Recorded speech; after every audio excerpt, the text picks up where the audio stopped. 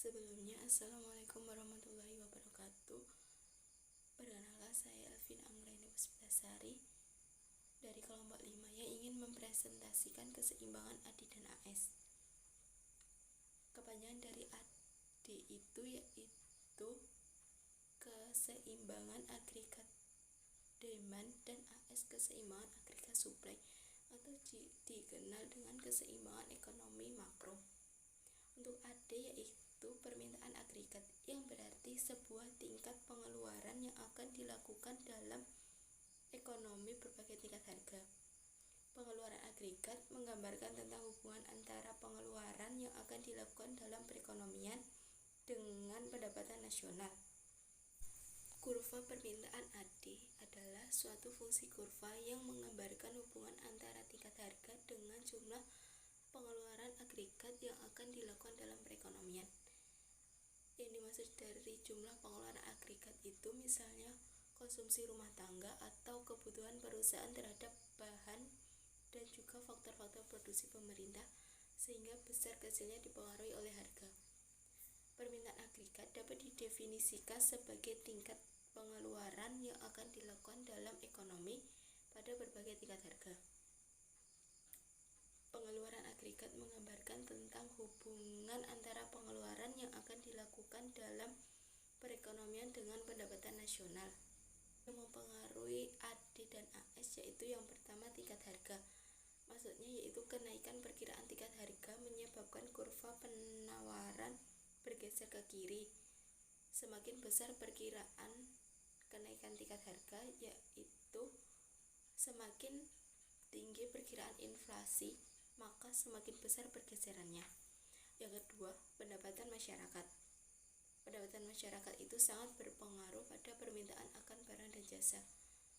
Jika pendapatan masyarakat tinggi, maka konsumsi yang akan barang dan jasa juga meningkat, dan hal ini mempengaruhi pergeseran kurva permintaan.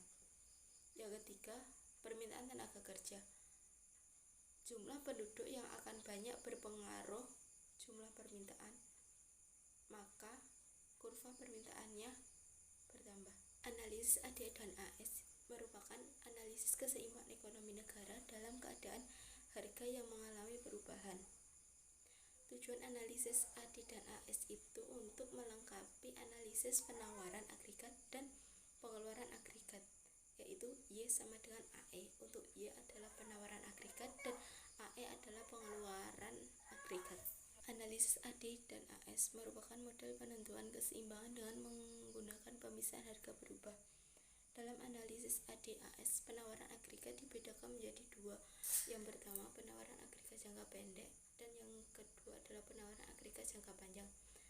Untuk kurva jangka pendek adalah kurva yang terus-menerus melengkung ke atas.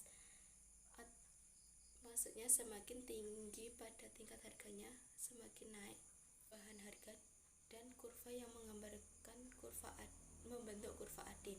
Di situ ada di mana keseimbangan E0 itu adalah keseimbangan ketika Y atau pendapatan sebesar 0, dan E1 itu keseimbangan baru ketika pengeluaran agregat mengalami penurunan. Kemudian yang di sebelah kanan adalah kurva AD. Sifat utama dari kurva yaitu garis yang menurun dari kiri ke atas ke kanan bawah. Berarti semakin rendah harga, semakin besar permintaan agregat yang wujud dalam perekonomian. Sifat kurva AD menurun ke bawah ini disebabkan oleh beberapa faktor. Yang pertama, tingkat harga pengeluaran rumah tangga. Yang kedua, tingkat harga suku bunga dan investasi. Dan yang ketiga adalah tingkat harga ekspor. Dan kurva permintaan agregat AD, yaitu bergeraknya atau berpindahnya kurva ada dipengaruhi oleh komponen pengeluaran pertambahan dalam komponen pengeluaran agregat, yaitu penambahan konsumsi C, I, G, dan X. Untuk C adalah konsumsi, I investasi, dan G konsumsi pemerintah, dan X adalah aktivitas ekspor akan menambah pengeluaran agregat dan pendapatan nasional. Adapun pertambahan dalam bocoran yaitu S, T, dan M. Untuk S adalah setting, T adalah pajak, dan M adalah impor akan mengurangi pengeluaran agregat. Perkenalkan, nama saya Iklima. Saya akan melanjutkan penjelasan dari Elvina Anggraini, kelompok 5.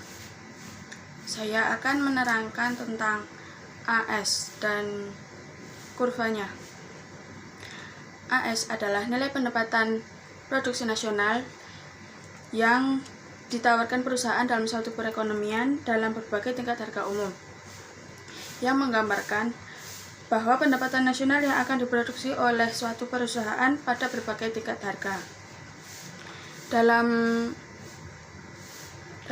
agregat supply memiliki dua kasus yang berhubungan dengan keseimbangan agregat supply. Yang pertama, kasus penawaran Keynes, yaitu memiliki bentuk horizontal yang menunjukkan bahwa perusahaan akan menawarkan barang atau jasa dengan tingkat harga tertentu, tapi tidak mempedulikan dengan banyaknya jumlah yang akan diminta. Kasus ini disebabkan karena adanya pengangguran di mana perusahaan dapat memperbanyak tenaga kerja yang dimiliki pada tingkat upah tertentu. Yang kedua ada kasus penawaran klasik. Kasus penawaran klasik ini memiliki bentuk vertikal yang mana menunjukkan jumlah bahwa perusahaan akan menawarkan barang dengan jumlah yang sangat banyak, tetapi tidak mempedulikan harga yang umum pada suatu perekonomian. Lalu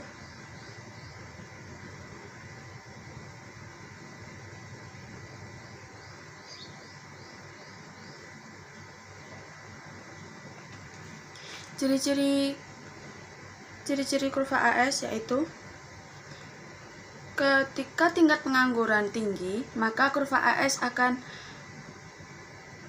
relatif atau cenderung landai. Karena penambahan produksi nasional dapat dilakukan perusahaan-perusahaan pada harga yang relatif tetap karena tingkat penggunaan barang modal belum mencapai kapasitasnya yang optimum dan upah masih tetap. Upahnya tidak bertambah. Terus yang kedua, ciri-cirinya yaitu dari titik B ke titik C, yaitu titik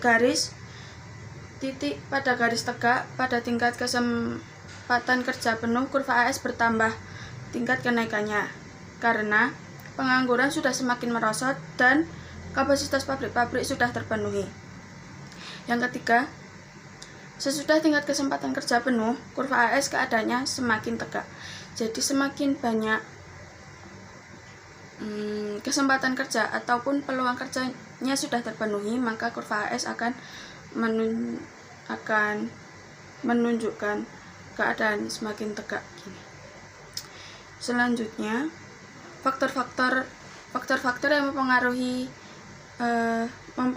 bentuk kurva AS. Yang pertama, efek hukum hasil tambahan yang semakin berkurang.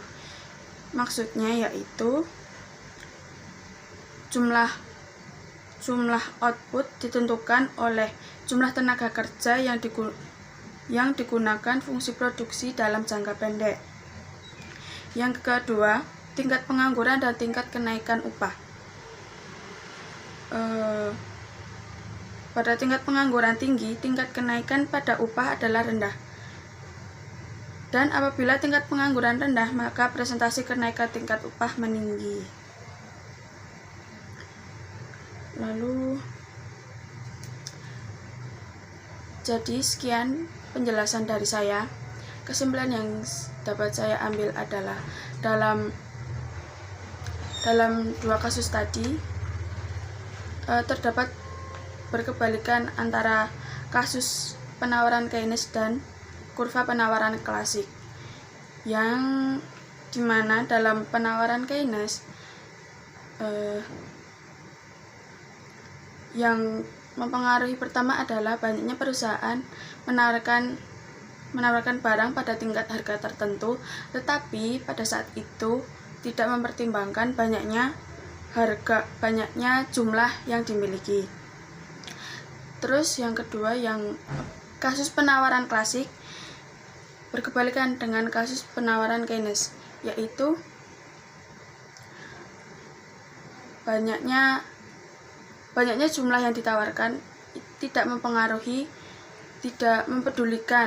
mempedulikan harga barang yang sedang berlaku saat itu.